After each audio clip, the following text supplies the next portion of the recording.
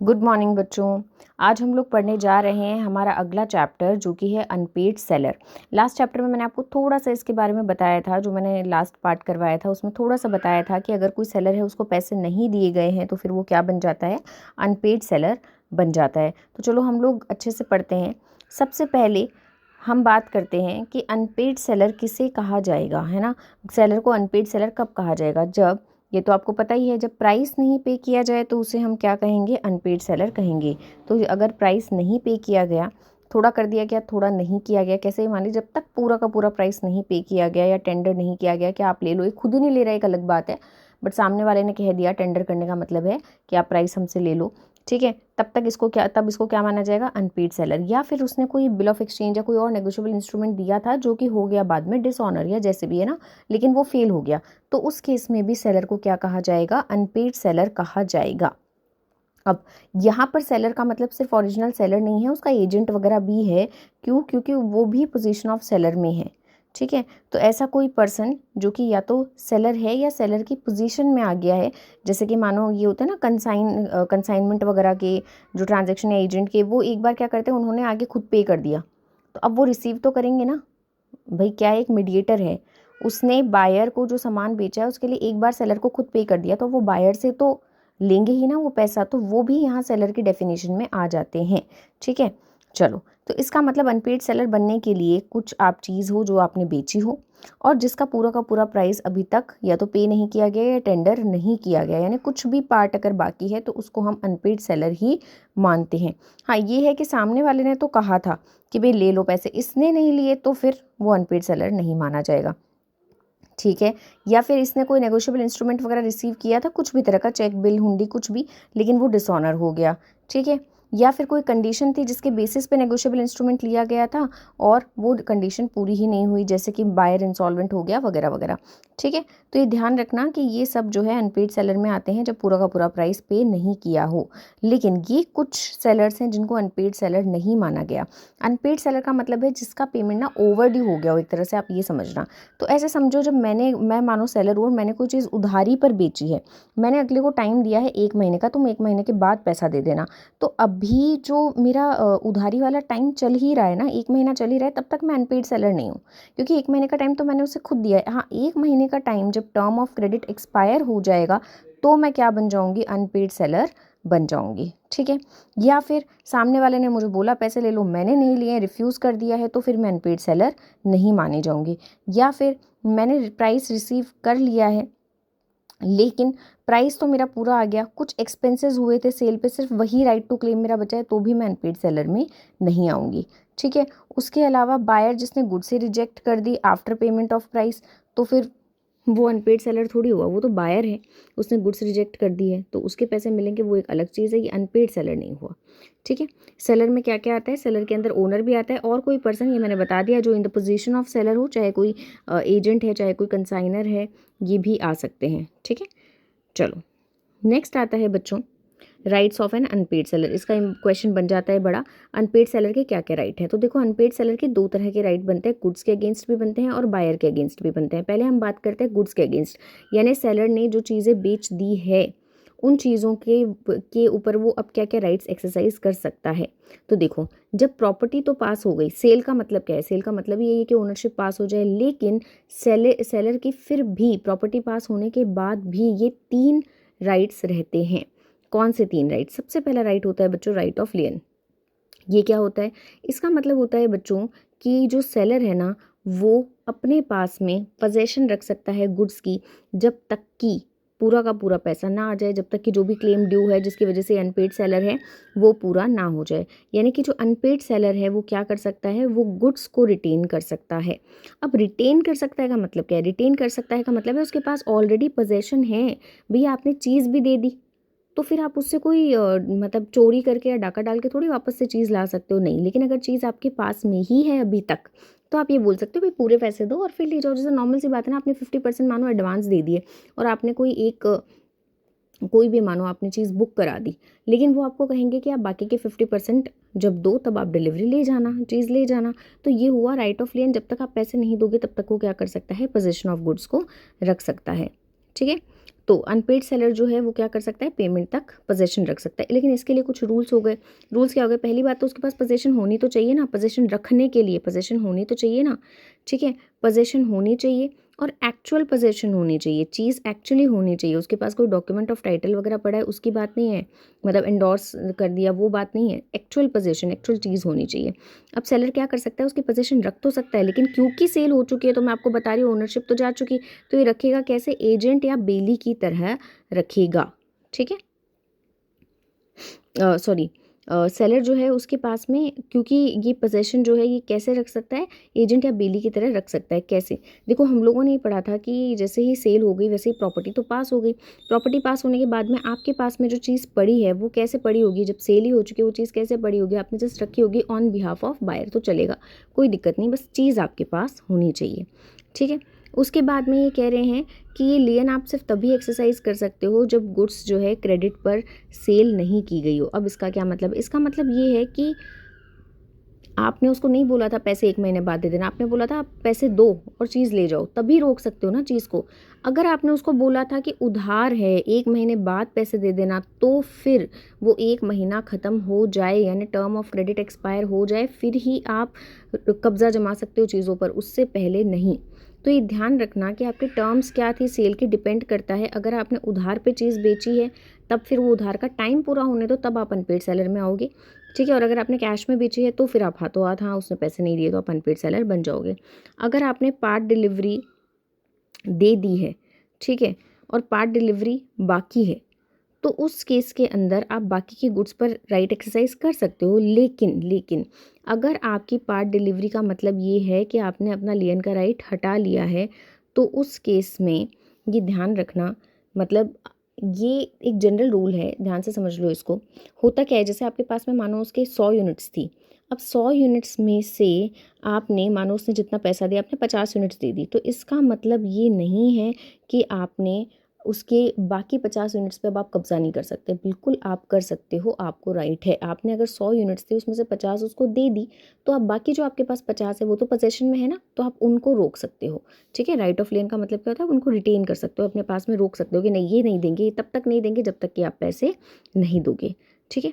Right of लेन जो है वो तभी एक्सरसाइज किया जा सकता है जब सेलर ने अपना राइट वेव नहीं किया। अब ये जो वेव वाली चीज़ है ना, ये वही मतलब है कि अगर मानो पहले आपने उसकी गुड्स रोकी, 100 यूनिट्स पूरी रोक ली, फिर उसने रिक्वेस्ट की कि भेज दो, मैं आपको 1 महीने बाद पैसे दे दूंगा, ऐसे वैसे, और आपने भेज दी, रवाना कर दिया एक बैच, तो इसका मतलब तो आपने वेव कर लिया अपना राइट, आपने खुद ही छोड़ दिया।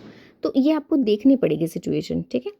उसके बाद में जो अनपेड सेलर है वो अपना राइट ऑफ लियन सिर्फ इस वजह से लूज़ नहीं करता कि उसने कोई कोर्ट की डिक्री ले ली है for the price of goods. मानो आप कोर्ट से ऑर्डर ले आए कि भाई पैसे दो, आपने उसके ऊपर एक डिक्री लगवा दी कि पैसे दो, इसका मतलब ये नहीं है कि अब आप कब्जा नहीं कर सकते, अभी भी आप अपनी गुड्स को रिटेन, उनकी गुड्स को, आपकी नहीं है वो, रिटेन भी कर सकते हो, ठीक है।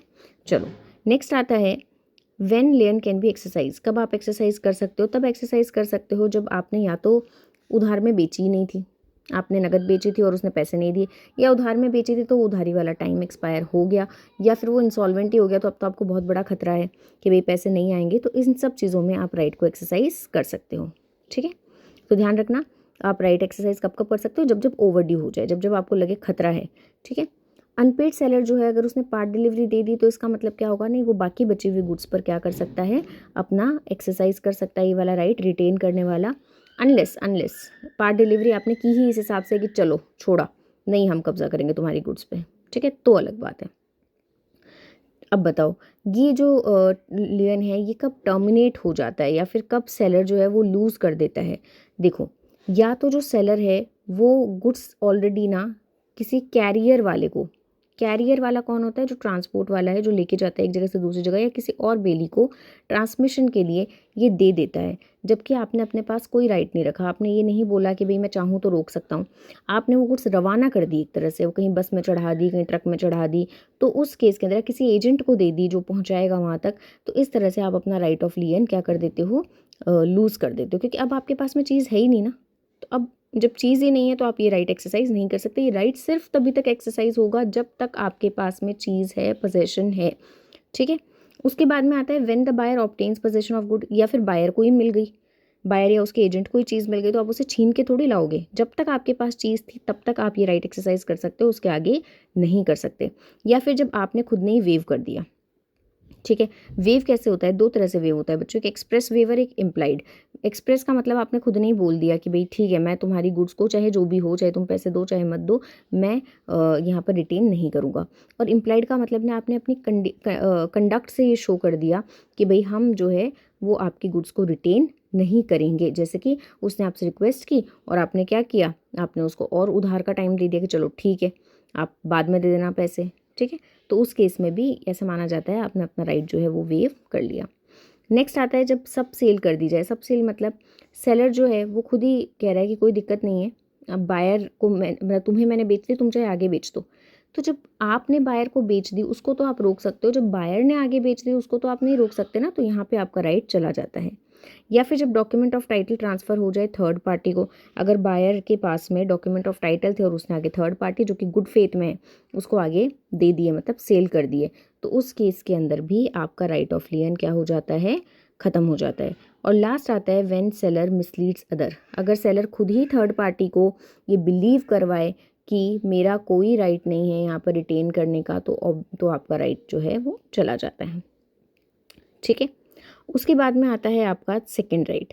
सेकंड राइट आपका किस चीज़ का है? सेकंड राइट है आपका right of stoppage of goods in transit. ये क्या होता है stoppage of goods in transit? देखो, पहला राइट तो तब का था जब चीज़ आपके पास ही थी, ठीक है। अब दूसरा राइट आपका ये आता है कि जब चीज़ जो है ना वो आपने क्या किया है, आपने ट्रांजिट में डाल दी है। मतलब ये, आप एक अनपेड सेलर हो, आपने किसी कैरियर में, ठीक है, कैरियर में मतलब कि कहीं पे ट्रांसमिशन के लिए बायर को देने के लिए आपने गुड्स से पार्टेड विद का मतलब आप अलग हो गए हो, पोजेशन छोड़ दिया आपने। पोजेशन कहाँ गई अब? कैरियर के पास में। और गुड्स अब भी कहाँ है? पहुँची नहीं है, अभी कहाँ है? रास्ते में। देखो, पहले पार्ट में गुड्स आपके पास थी, दूसरे पार्ट में गुड्स कहाँ है? रास्ते में है।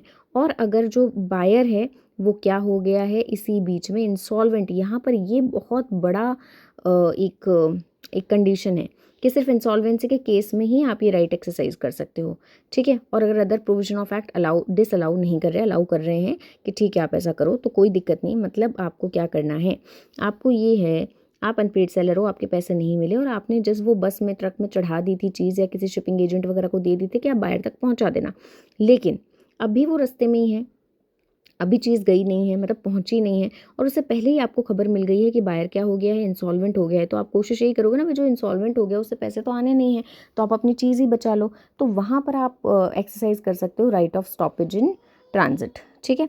रीडर, अच्छा ठीक है। तो अब देखो, यहाँ पर इंसॉल्वेंट जो है ना, इंसॉल्वेंट का मतलब यहाँ पर क्या है, जो अपने debts ordinary course of business में नहीं दे रहा है। आपको पता चल गया भाई ये तो पैसे नहीं दे रहा है, इसके तो खूब उधारियाँ चल रही है और ये पैसे किसी को नहीं दे पा रहा, तो हम मान लेंगे कि ये क्या है, इंसॉल्वेंट है, ठीक है। चलो, अब duration of goods in transit. हम ट्रांजिट में कब मानते हैं गुड्स को? जब तक बायर तक ना पहुंच जाए तब तक हम उसको क्या मानते हैं कि वो ट्रांजिट में ही है। गुड्स ट्रांजिट में तब से होती है जब से आप चढ़ाते हो, मतलब कैरियर को देते हो, तब से लेकर के जब तक कि बायर या उसका एजेंट डिलीवरी ना ले ले, ठीक है। तो बायर ले ले चाहे उसका एजेंट ले ले, जहाँ भी उन्होंने डिलीवरी ले ली ना वहाँ तो ट्रांजिट खत्म हो जाएगा। जहाँ तक डिलीवरी नहीं ली है वहाँ तक वो ट्रांजिट में ही है, ठीक है। चलो, उसके बाद में आता है when the buyer rejects the goods.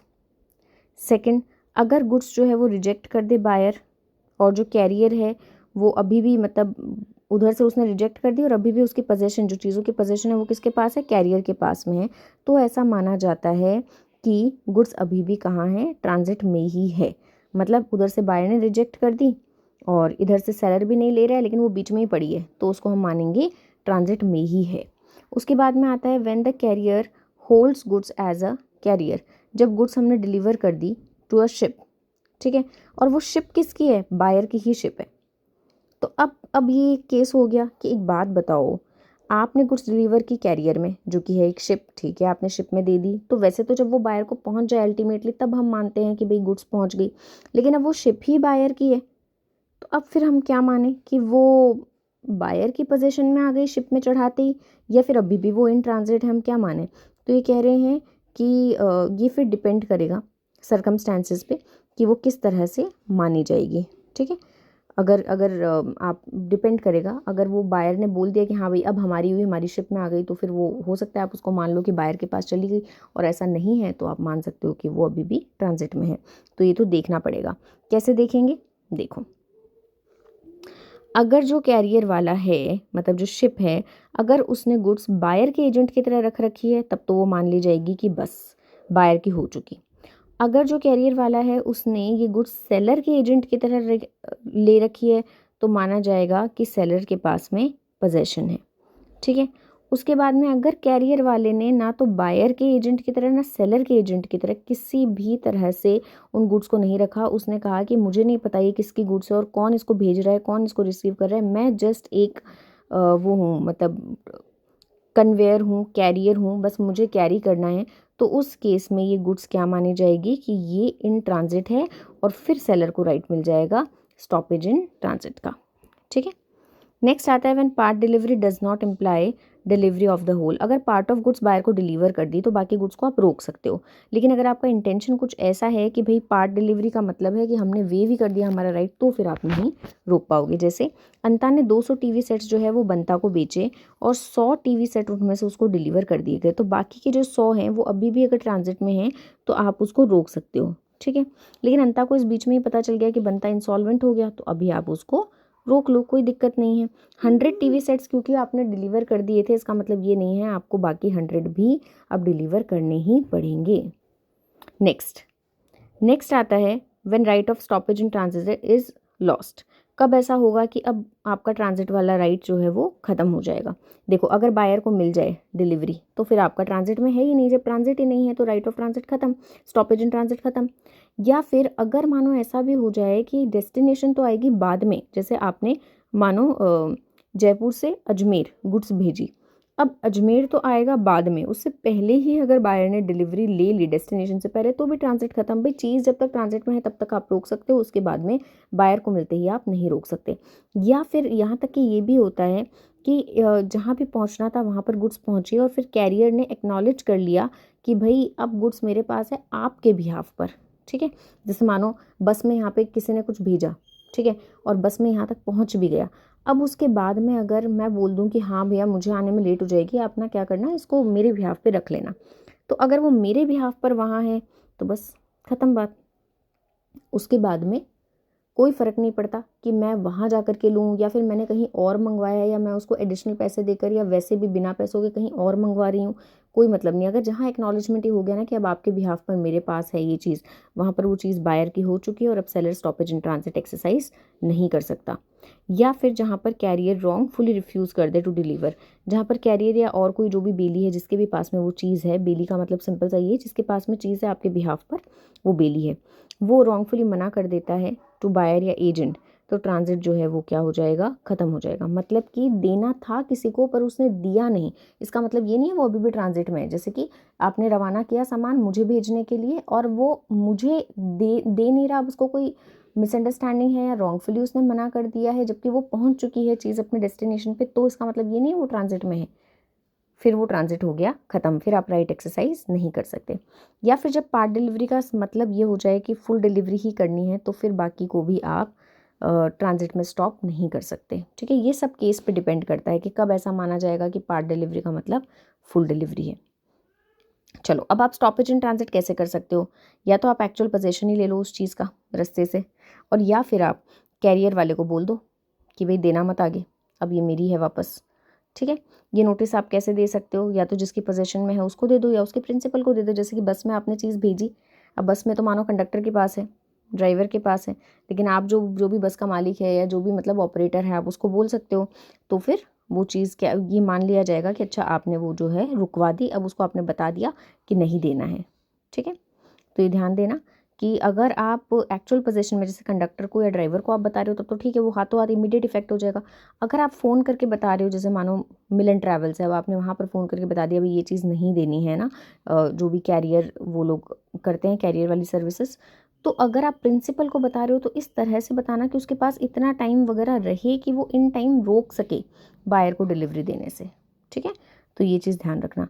और अब आपने पता है क्या किया है, अब आपने मानो जयपुर से अजमेर जो चीज़ बेची आपने रास्ते में रोक दी, तो वो वापस जब अजमेर से जयपुर आएगी तो उसका चार्ज भी तो लगेगा। जयपुर से अजमेर उन्होंने आपसे 200 रुपये लिए चीज़ को ले जाने के, अब वापस जब अजमेर टू जयपुर आएगी तब भी तो 200 रुपये और लगेंगे, तो वो आपको ही भुगतना पड़ेगा, ये ध्यान रखना। ठीक है, चलो पढ़ लेते हैं हम फटाफट से। राइट ऑफ लियन और right of stoppage in transit में क्या फ़र्क होता है। राइट ऑफ लियन में तो पोजीशन आपकी ही पास होती है सेलर के पास, जबकि स्टॉपेज इन ट्रांजिट में आप कैरियर को वो पोजीशन दे चुके होते हो। राइट ऑफ लियन जो है उसमें आप राइट टू रिटेन एक्सरसाइज करते हो, मतलब कि जब तक पैसा नहीं दोगे चीज़ हमारे कब्जे में रहेगी। जबकि right of stoppage in transit में आप रीगेन करते हो पोजीशन को, मतलब एक बार जो पोजीशन आप छोड़ चुके हो, कैरियर के पास जा चुकी है, वो आप वापस ले रहे हो। उसके बाद में जो राइट ऑफ लियन है उसमें वो तब भी एक्सरसाइज कर सकते हो जब बायर, मतलब तब भी कर सकते हो जब बायर ने पैसा नहीं दिया। जबकि स्टॉपेज इन ट्रांजिट तो सिर्फ और सिर्फ इंसॉल्वेंसी वाली चीज़ हो जाती है, जब आपको पता चल जाए कि भाई ये तो ऑर्डिनरी कोर्स ऑफ बिजनेस में पैसे दे ही नहीं पा रहा है। ठीक है, लियन तब खत्म हो जाता है जब सेलर डिलीवर कर दे गुड्स किसी कैरियर या बेली को, मतलब एक बार आपने अपने से पोजीशन हटाई और लियन खत्म। स्टॉपेज इन ट्रांजिट तब शुरू होता है जब आप कैरियर को दोगे, तो जहाँ पे लियन खत्म हो रहा है वहाँ स्टॉपेज इन ट्रांजिट शुरू हो रहा है। ठीक है, अगर आप कैरियर या बेली को दे रहे हो तो डायरेक्टली बायर को दे दी तब तो मतलब ही नहीं है। लियन जो है वो सेलर खुद एक्सरसाइज कर सकता है, और ये जो है स्टॉपेज इन ट्रांजिट ये सेलर एक्सरसाइज करवाता है थ्रू द कैरियर या बेली। ठीक है, नेक्स्ट आते हैं हम लोग कि अगर मानो बायर ने आगे सब सेल कर दी या प्लेज कर दी तो फिर क्या होगा। तो फिर क्या होगा। ठीक है, जनरल रूल तो ये है कि अनपेड सेलर का राइट जो है वो अफेक्ट नहीं होता है किसी भी चीज़ से, लेकिन दो एक्सेप्शंस हैं। पहला, sale by consent of seller, अगर सेलर ने खुद ने अपनी कंसेंट दी थी कि भाई तुम आगे बेच देना, तो फिर बाद में वो अपना राइट ऑफ लियन या right of stoppage in transit जो है एक्सरसाइज नहीं कर सकता। या फिर अगर इसने डॉक्यूमेंट ऑफ टाइटल, बायर ने लॉफुली ऑब्टेन किए थे डॉक्यूमेंट ऑफ टाइटल और उसने आगे ट्रांसफ़र कर दिया और सामने वाले ने गुड फेथ में ले लिए, फॉर कंसिडरेशन यानी पैसों के बदले में ले लिए, तो भी अनपेड सेलर के अब राइट्स जो हैं वो ख़त्म हो जाते हैं।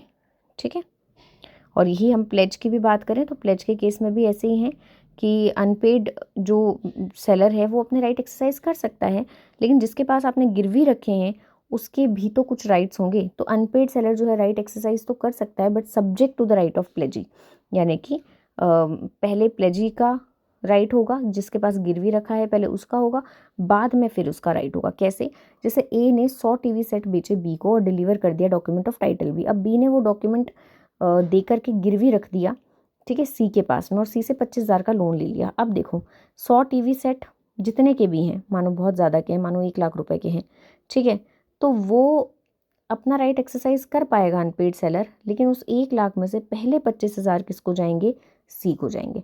तो गिरवी वगैरह ऐसे सब जब रख देते हैं तो उस केस में पहले राइट किनका हो जाता है, उनका हो जाता है।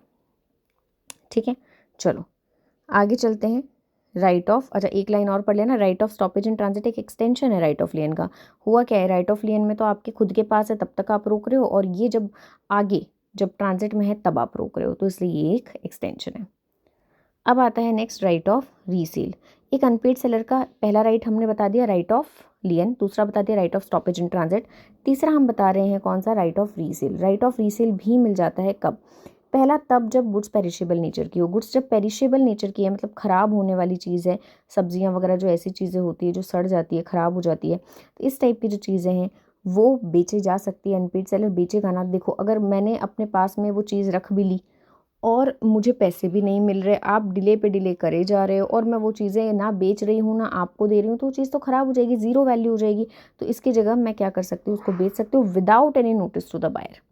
ठीक है, अच्छा अनपेड सेलर जिसने स्टॉपेज इन ट्रांजिट का राइट एक्सरसाइज कर लिया था, उसने रोक ली थी रास्ते में चीज़, तो वो भी रीसेल कर सकता है, लेकिन उसको नोटिस देना पड़ेगा पहले बायर को। अगर उसने नोटिस दे दिया और बोल दिया देखो मैं बेच दूंगा, रीसेल कर दूंगा अगर आपने मुझे पैसे नहीं दिए तो, अब मैं आपको 10 दिन का टाइम दे रहा हूँ, 15 दिन का टाइम दे रहा हूँ, रीजनेबल जो भी टाइम है वो दे दो, ऐसे नहीं कि मैं आपको 5 सेकंड का टाइम दे रहा हूँ, रीजनेबल टाइम दे दो, और उस रीजनेबल टाइम में अगर आपने पैसे नहीं दिए तो मैं रीसेल कर दूंगा। तो इस नोटिस के बाद आप रीसेल कर सकते हो। ठीक है, या फिर अगर आपका शुरू से ही जो कॉन्ट्रैक्ट आप लोगों के बीच में हुआ था उसमें राइट ऑफ रीसेल लिखा हुआ ही था कि अगर आपने पेमेंट नहीं किया तो हम रीसेल कर देंगे, तो भी आपको रीसेल का राइट मिल जाता है। अब जब सेलर रीसेल करता है इन चीज़ों को with in a reasonable period of time notice देने के बाद, और अगर सेलर को कोई लॉस होता है तो वो लॉस भी किससे ले सकता है, ओरिजिनल बायर से। ठीक है, लेकिन अगर उसको कोई फ़ायदा हो गया रीसेल पे तो वो बायर को ले जाके पैसे थोड़ी देगा। तो ध्यान रखना, लॉस की भरपाई तो बायर से करवा लेगा, लेकिन जो प्रॉफिट होगा वो बायर को ले जा करके नहीं देगा।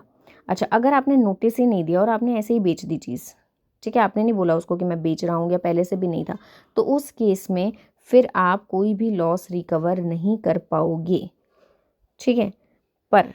पर आगे देखो, अगर कोई प्रॉफिट हो गया तो बायर को प्रॉफिट दिया जाएगा। ऑल्दो ये रियल लाइफ में कितना प्रैक्टिस हो पाता है, बट अगर आपने नोटिस नहीं दिया, आपने नोटिस के बिना बेच दी, तो अब देखो सामने वाला पर्सन अगर कोर्ट में जाता है तो वो कह सकता है ना कि इन्होंने मुझे नोटिस भी नहीं दिया, कि अगर आप मुझे इतने इतने दिन में पैसे नहीं दोगे, मानो इन्होंने रुकवा लिया था माल या जो भी, तो मैं तो इसी वहम में था कि भाई पैसे दे देंगे, मुझे इनके पैसे खाने तो थे ही नहीं, ठीक है। तो अगर ये मुझे नोटिस दे देते ना ये रीसेल कर रहे हैं, तो मैं अकॉर्डिंगली करता है सब कुछ अरेंज। अब इन्होंने मुझे नोटिस नहीं दिया, इन्होंने मेरी चीज़ बेच दी। अब जो मेरी चीज़ थी वो इन्होंने बेची है बिना मेरे नोटिस के, तो मेरा फ़ायदा हुआ है, वो फ़ायदा मुझे दिलवाया जाए, ठीक है। तो ध्यान रखना, नोटिस का बहुत बड़ा रोल है। अगर नोटिस दे दिया तो उस केस में नुकसान बायर का, फ़ायदा सेलर का, और नोटिस नहीं दिया तो नुकसान सेलर का, फ़ायदा बायर का, क्योंकि नोटिस से बहुत फ़र्क पड़ गया इसमें, ठीक है। उसके बाद में आता है sale not generally rescinded by lien और स्टॉपेज इन ट्रांजिट।